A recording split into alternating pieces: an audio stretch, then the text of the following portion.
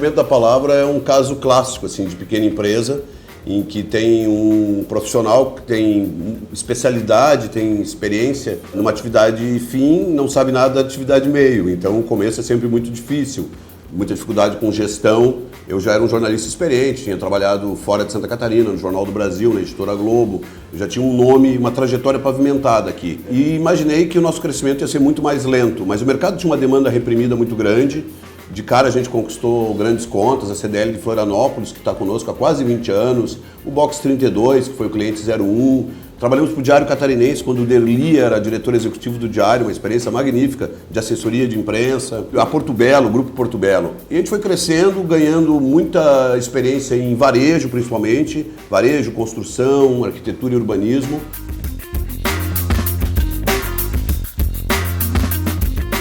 O atendimento, a multiplicidade do atendimento, quebrar a barreira, sair um pouco do quadrado, isso depende muito do perfil do empresário, de quem está à frente do empreendimento.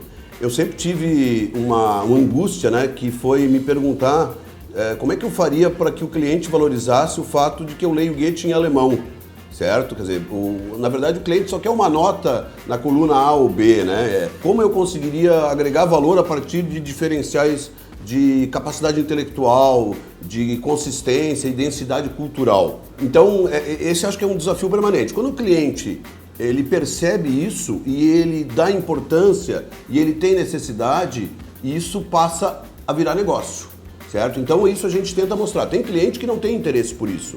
Você precisa identificar onde tem o solo fértil e onde tem a pedra. Não adianta botar semente na pedra.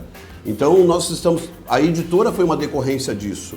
Quando o cliente e as entidades empresariais têm uma inclinação muito grande para isso, elas têm interesse por produção de conteúdo. E isso foge da assessoria de imprensa convencional. Eles têm interesse na produção de um livro, na produção de memória corporativa, de resgate de acervo. E isso, obviamente, que eu tenho benchmarkings. Aqui na palavra a gente tem algo muito interessante, que são as empresas que admiramos. Ou seja, empresas, muitas delas inclusive, quase todas, fora do nosso setor, nos espelhamos nelas. Elas nos transferem lições de crescer além daquilo que é o core business delas.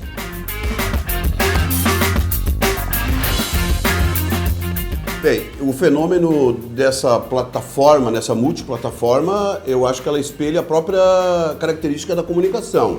A comunicação ela é algo intrínseco ao ser humano, mas cada vez mais as empresas percebem oportunidades e se elas têm capacidade de exercer a atividade tecnicamente e com ética, é muito difícil de impedi-las, certo? As relações públicas tentaram impedir, ou estão tentando, os jornalistas de serem assessores de imprensa. Isso é absolutamente ridículo, porque faz parte da formação acadêmica de um jornalista produzir assessoria de imprensa.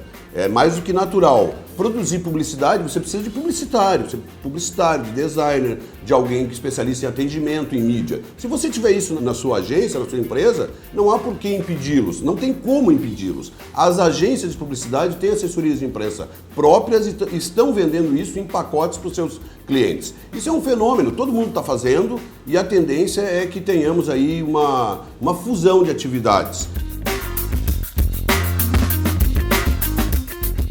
Nós lançamos a 3ª edição do livro do Zé da Silva sobre o Esporte Clube Metropol, Histórias que a Bola Esqueceu, prefácio do Rui Castro, a primeira edição realmente com qualidade do livro do Zé da Silva, e também um livro sobre memória e tradição dos ingleses e um livro sobre grávida solteira, que é um case fantástico da jornalista Flávia Verlang.